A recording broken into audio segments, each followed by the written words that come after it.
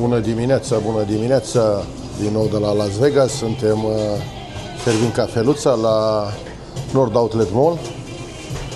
Cea mai bună cafea în Statele Unite se bea numai la Starbucks. Nu le fac eu reclamă celor de la Starbucks, dar cea mai bună cafea aici se servește. Am mai fost în afară de localurile italiene, unde servește cafeaua proprie italiană la Vața, dar nu am găsit decât unul singur unul la Miami, am găsit odată unul pe la New York, un astfel de local. Bine, sunt mai multe, nu le știu eu. Vă dați seama? Am mai fost în mall-ul ăsta acum 3 ani, cred. Prețuri extraordinar de bune. Cel puțin la Coach, Tommy, Donna Karan, toate mărcile, brandurile americane găsesc prețuri foarte ieftine. O să încerc asta să merg cu voi la Death Valley și mai târziu la Sferă. Nu știu dacă o să pot filma la Sferă, nu cred că am voie. Am intrat în deșertul Mojave sau Mojave, nu știu exact cum se pronunță, o altă rezervație a indienilor, a amerindienilor de fapt. Munții din față sunt munții Sierra Nevada. Ne îndreptăm către Death Valley, Valea Morții. Este cea mai aridă zonă din lume, cu temperaturile cele mai ridicate, 59 de grade am impresia că s-au înregistrat. Au fost, 14 săptămâni cu o temperatură de 49 de grade la rând, cu o temperatură de 49 de grade la umbră. Se află undeva la 84 sau 85 de metri sub nivelul mării. Și am zis, dacă toți suntem la Vegas, am impresia că nu aparține de Nevada, de statul Nevada, aparține de California. Ce case interesante au aici. Nu știu oamenii ăștia cum trăiesc, pentru că sunt case, v-am spus, am văzut și în Utah, am văzut și în Arizona, în cealaltă rezervație a indienilor, în Navajo, când am trecut ieri. Sunt case, nu știu oamenii ăștia dacă au apă aici, de unde au apă, pentru că totul e de deșert, e arid. Și vă dați seama, în zona unde ne îndreptăm e cea mai aridă zonă din lume. Deci din lume. Mai aridă decât Sahara sau, știu eu, deșertul Gobi.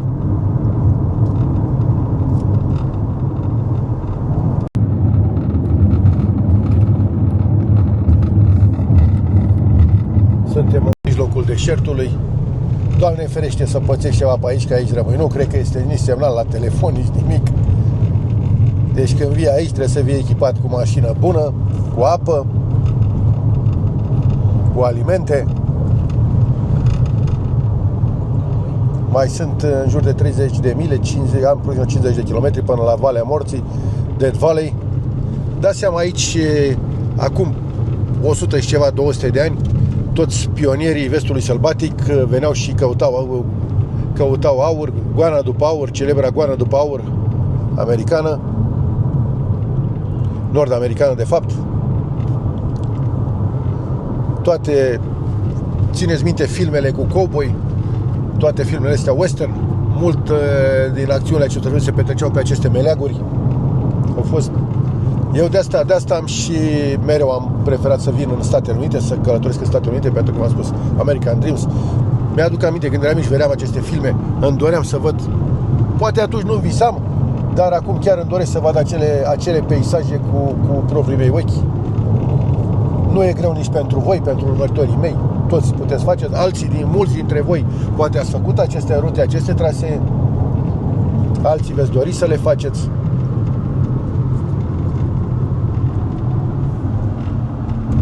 Și intrăm în Death Valley, în Valea Morții. V-am spus, a fost numit așa în timpul goanei după aur, cu toate că oficial, sau din ceea ce am citit, este oficial o singură persoană a fost declarată moartă aici, în această vale, dar bănesc că nici numele ăsta nu a fost pus degeaba. Și în timpul acela, vă dați seama, nu exista lege, nu exista. Era vestul sălbatic. Posibil să a fost mult mai mulți cei care au murit. Frumos, foarte frumos. Asta e respirația. Am spus, formațiunile astea geologice, relieful ăsta l-am întâlnit și începând încă cu New Mexico și până la Arizona, o să-l avem și în California. Am impresia că am intrat deja în California sau trebuie să intrăm în California, pentru că din ceea ce am văzut, Death Valley aparține de statul California, nu de Nevada. Și vă las și pe voi să priviți și să admirați alături de mine aceste locuri extraordinar de frumoase.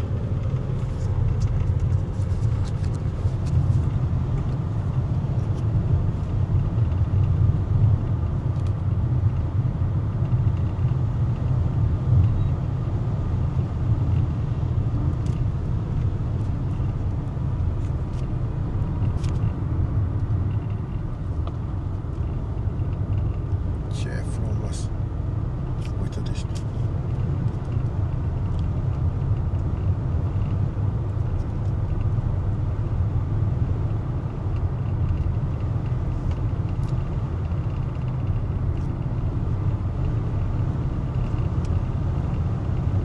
Am intrat în Parcul Național Death Valley, Valea Morții, $30 intrarea, bine, pentru 7 zile. Noi stăm decât astăzi. Mâine suntem în drum către Vegas cu ultima parte a rutei 66, deci partea care merge la Santa Monica. Extraordinar de frumos relieful și cum se vede valea. Deci suntem, încă o dată, suntem în cea mai aridă și cea mai călduroasă de zona din cele mai ridicate temperaturi de pe planeta Terra. Am ieșit mai înainte puțin din mașină să plătesc. Simți că te sufoci. Și temperatura nu este undeva la 40 de grade astăzi. Cred că e o temperatură chiar scăzută pentru zonă.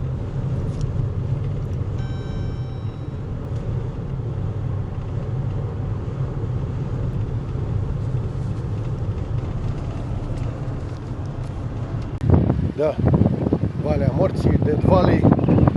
Stați să vă arăt de ce spune așa. Canion aici, 20 Mule.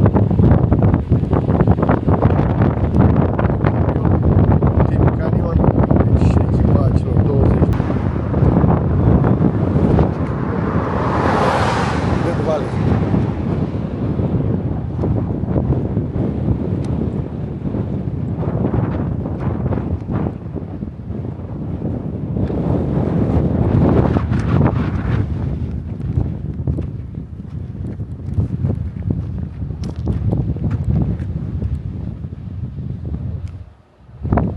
Suntem exact pe altă planetă.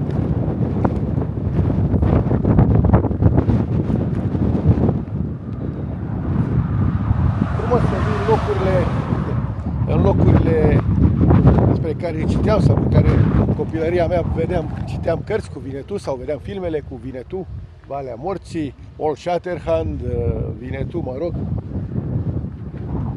Și acum să calc pe aceste locuri. E un sentiment frumos. Am spus, în viață m-a ajutat Dumnezeu și am văzut cam tot ce mi-am dorit să văd și să vă prezint și vouă. Încă o dată, stați să dau un zoom.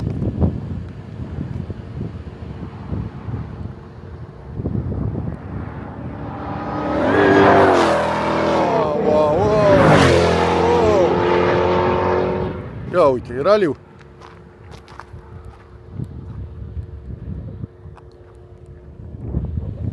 Și eu cu mașinuța mea. Că ne îndreptăm către Furnace Creek.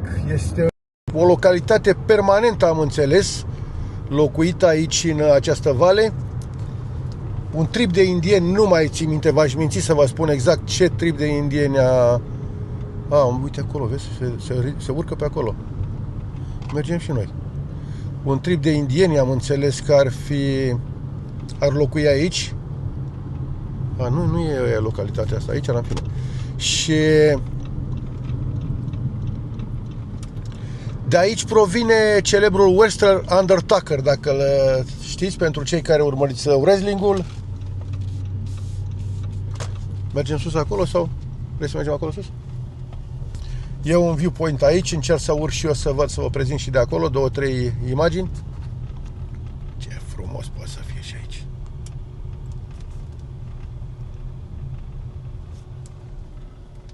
Nu știu cât de bine am reușit să redau în imagine experiența mea americană. Pentru mine a fost ceva unic în viață. A fost poate și un moment al adevărului în viața mea personală și s-au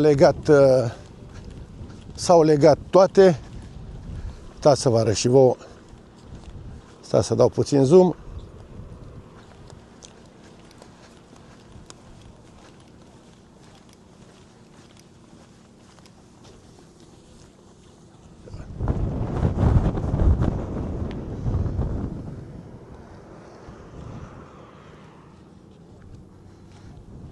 Probleme cu zoom-ul la camera aceasta, nu prea stăpâneți bine. V-am spus față de alții vloggeri, că pot să-i numesc traveleri, vloggeri de traveling, sunt mult în inferioritate pentru faptul că eu nu stăpânesc partea tehnică.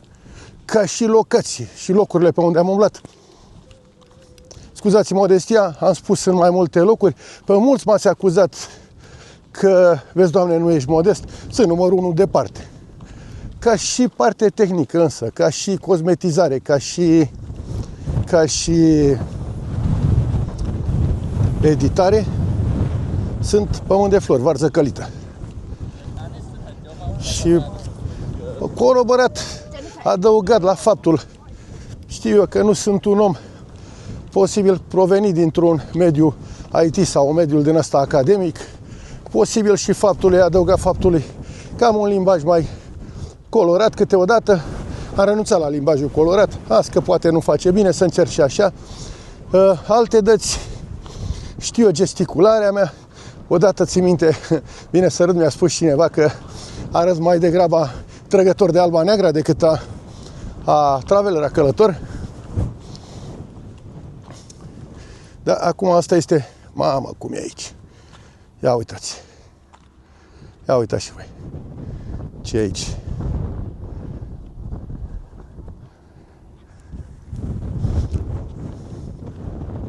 Da.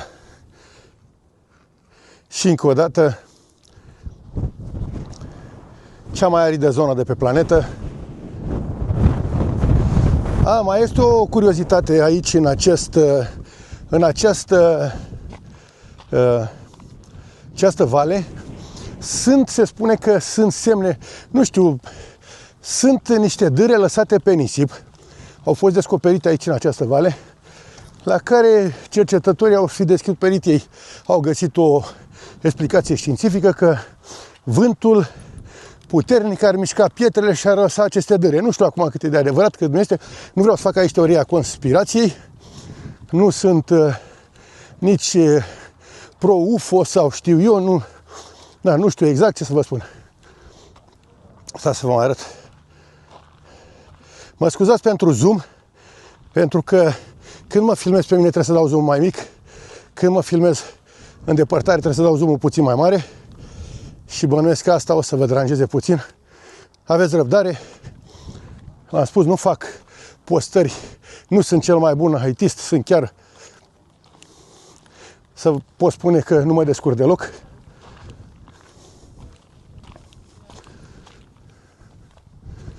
Mamă, ce view de aici!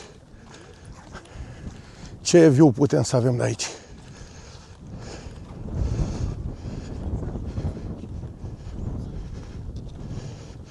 Ce vă spuneam cu zoom-ul, nu mă descurc deloc pe partea IT. Norocul meu, până și postările și astea, am un prieten,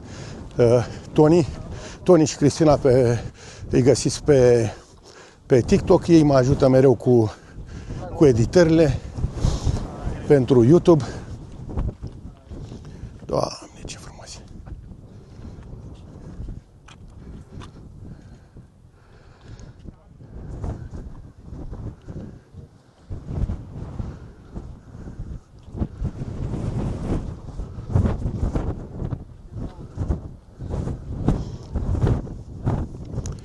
Da, cam atât de aici, de la acest viewpoint.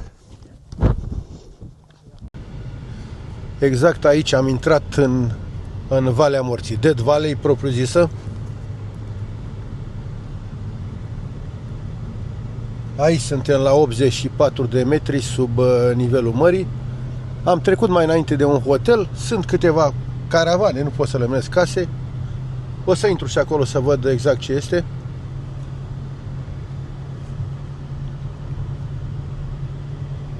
Deșert și în stânga și în dreapta. Aici e un fel de oază.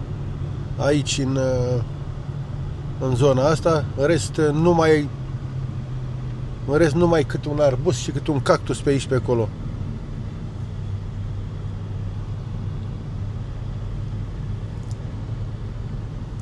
Să vedem aici la Furnace Creek. V-am spus, de aici provine Undertaker, celebrul wrestler.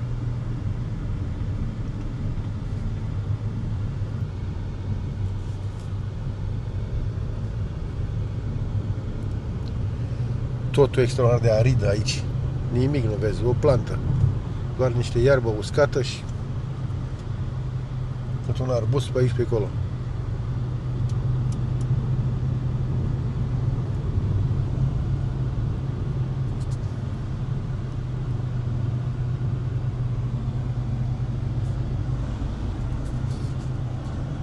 Și simplu te sufoci de căldură. Avem și pompierii, cred că a fost un incendiu sau ceva. De vegetație 100%, pentru că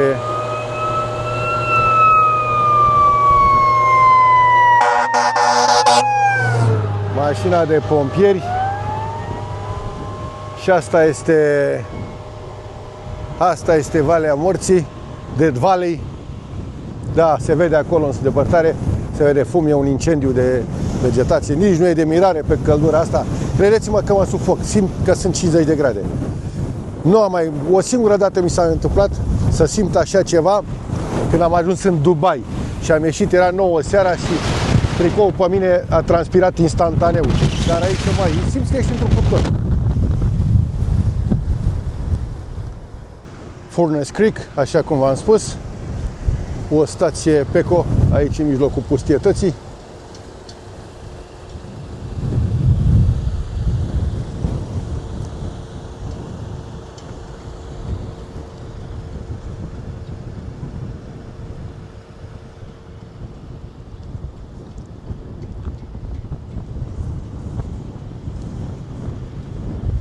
Da, cam atât de aici, de la Death Valley. O să încerc să vă mai filmez câteva imagini din Vegas atunci când ajung și o să fie o postare mai scurtă astăzi. De seară să merg la sferă. Nu știu dacă nu cred că pot să merg cu camera și așa că bănuiesc că o să filmez mai cu telefonul pentru canalul de TikTok. O să încerc nu o să termin aici această postare, o să o termin de la Vegas, dar de aici, de la Valley of Death, de la Valea Morții, atât am avut de arătat, atâta s-a putut, vorba lui Paul Nicolau, lui Pescobar. Și în drumul meu către Vegas am oprit în deșertul Mojave sau Mojave. Stați să vă arăt și vouă, dau puțin zoom.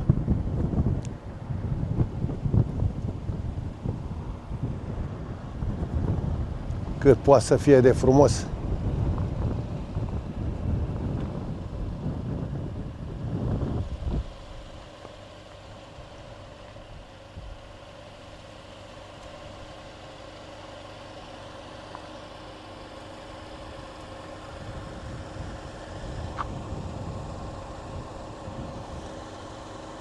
Da, și mă îndrept către Vegas.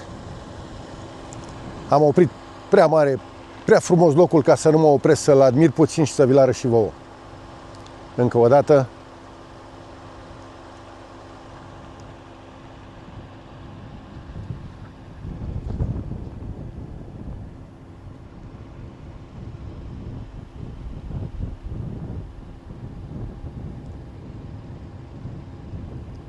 Am oprit să mănânc în drumul meu către Vegas. Ce restaurant!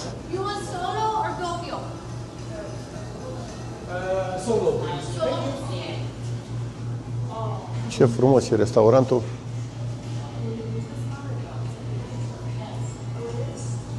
Am mâncat ultimul timp mai restaurante de genul acesta, zone rurale la țară.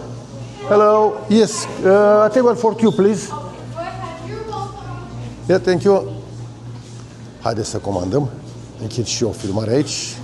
O să fiu iarăși alături de voi după ce termin de mâncat. E de benzină aici în rezervația indienilor din deșertul Mojave. Cam așa arată, cred că e un mic. E o cafenea unde am mâncat un burger foarte bun, Living Free, Addiction Rehabilitation Service, pentru cei care dependenții de droguri, de alcool, bănuiesc, nu știu exact, un fel de fitness, și un barbershop, o frizerie și o stație de benzină. Și în rest doar, stați să dau un zoom, munți și deșert.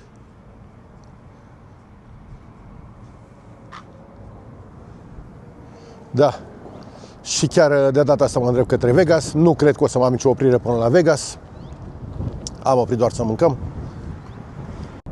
Intrăm deja în Vegas. Avem în stânga stadionul din Las Vegas, în dreapta toate cazinourile, Mandalay Bay.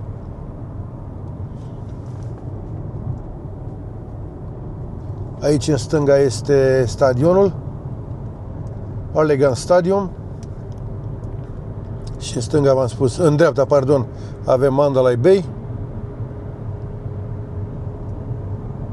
O să avem toate cazinourile acum înșiruite, sau aproape toate, mă rog.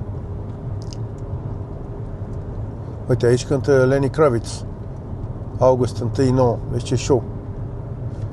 Stadionul ce frumos arată. Deci că e navă cosmică. Și în dreapta o să începem să avem toate cazinourile.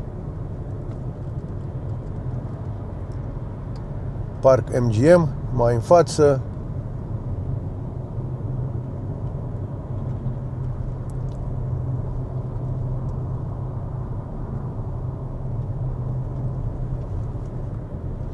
Ce frumos e acolo.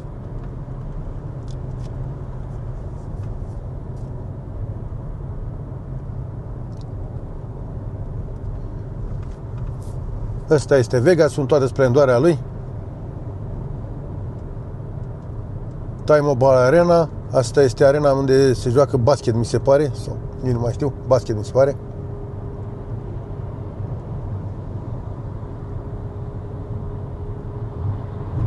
E frumos Vegasul și ziua. Cel mai frumos e noaptea. Dar și ziua. Și aici, în dreapta, ce avem? Bellagio. Op.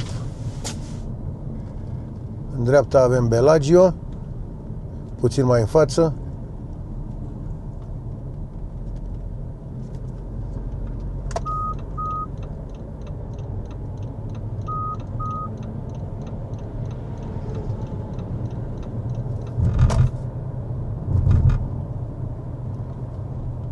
O, stai că noi nu ieșim aici.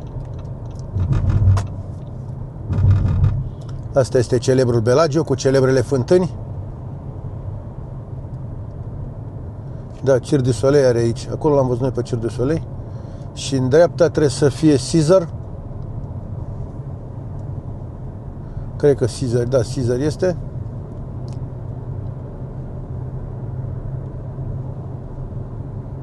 Caesar Palace, da?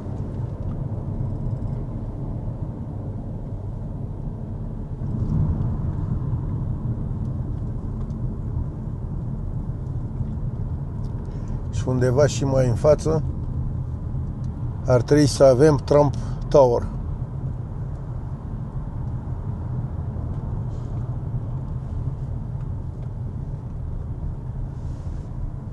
După Caesar, undeva în dreapta, cred.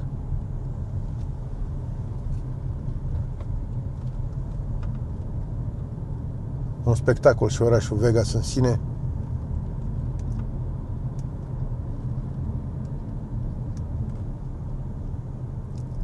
Trafic și cu toate că mergem pe 4 benzi, pe sens, 5 chiar, 6 se fac aici.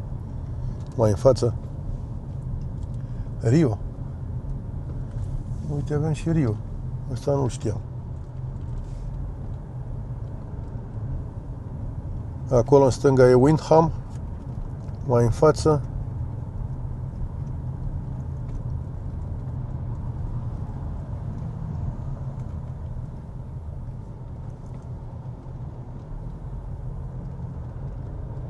Asta este traficul din Vegas.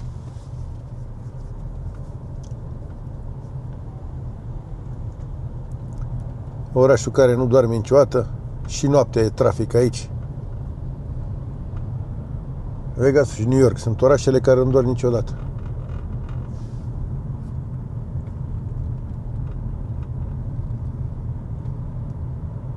Acolo e Treasure Island. Și ăla auriu de acolo e Trump Tower, unde se spune că ar avea lângă ele Conrad. Se spune că acolo are Ana Maria Prodan un apartament la Trump Tower de aici din Vegas. Nu știu cât e de adevărat. Și cam ăsta a fost. Acolo e Venetian în dreapta, Treasure Island, Venetian. Cam ăsta a fost tripul.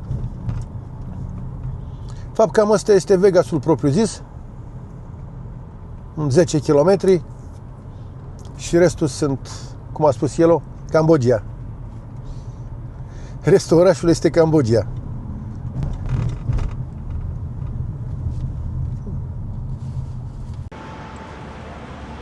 Sahara Hotel Casino, unde sunt cazat.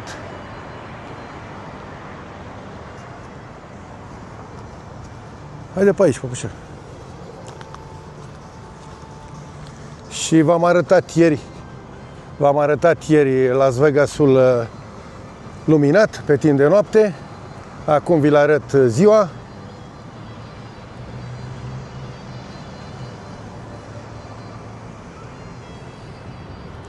Mă îndrept către sferă, o să mai fac câteva postări pentru voi și o să închei vlogul acesta. O să fie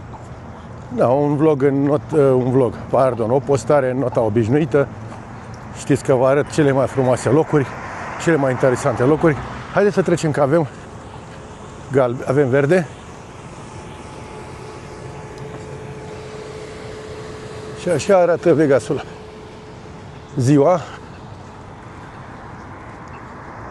Las Vegas este cunoscut ca orașul, capitala mondială a jocurilor de noroc, așa cum știți. În ultimul timp însă orașe precum Macao, chiar Singapore, au început să vină din urmă. Numele, știți, cu coroana rămâne tot la rege, așa cum se spune, ca și revenue, deci ca și partea financiară și ca întindere. Am înțeles că Macao ar fi acum mult mai mare decât Vegasul și așa cred că este, dar numele rămâne totuși, titlul rămâne tot aici,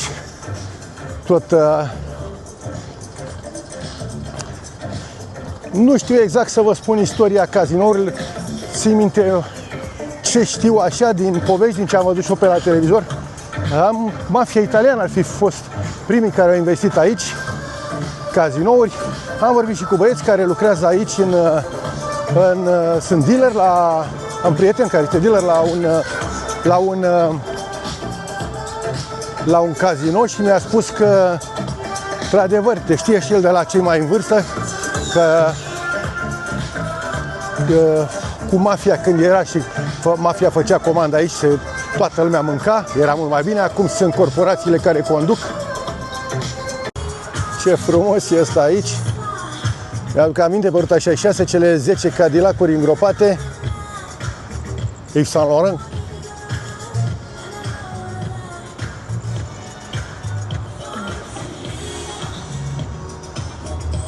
Filmașieri Circul.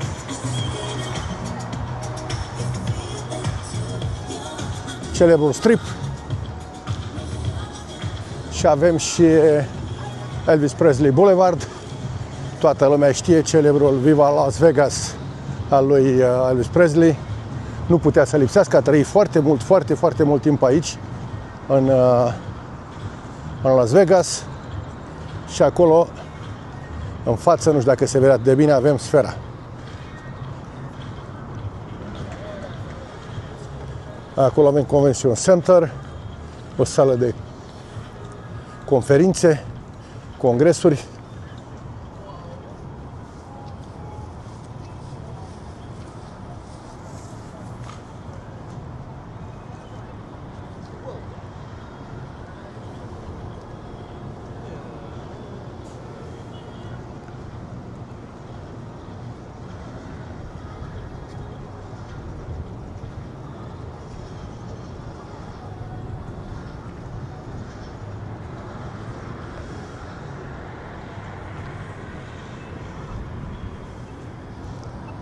Stripul. Stripul din Las Vegas, atât de celebru. Și acolo în față avem sfera Las Vegas. Și aici avem The Venetian.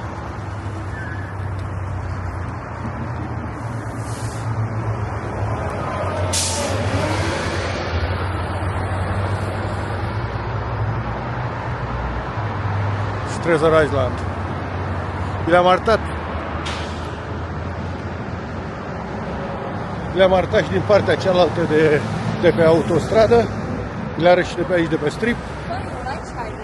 Dar deocamdată mă îndrept către sferă. Și asta este celebra Las Vegas sfera.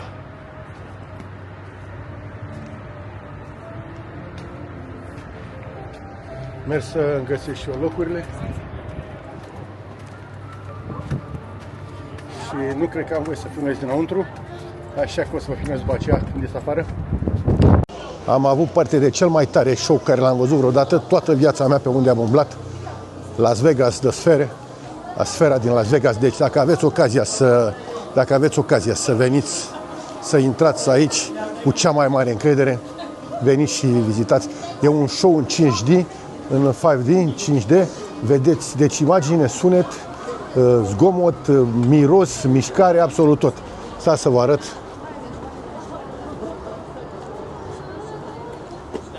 Guys, don't block the stairwell. Everybody needs to keep going forward or out. Let's go down there.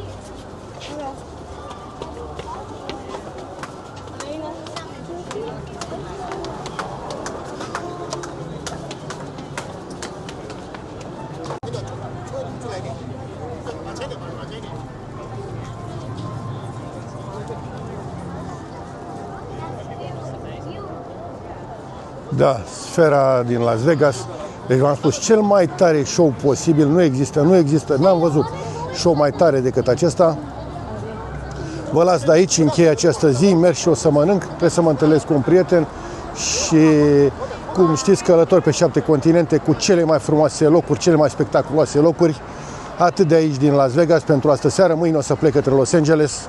Vă pup pe toți și vă iubesc. Haideți, rămâneți cu bine, călători pe 7 continente, seară, dimineață sau o zi bună tuturor.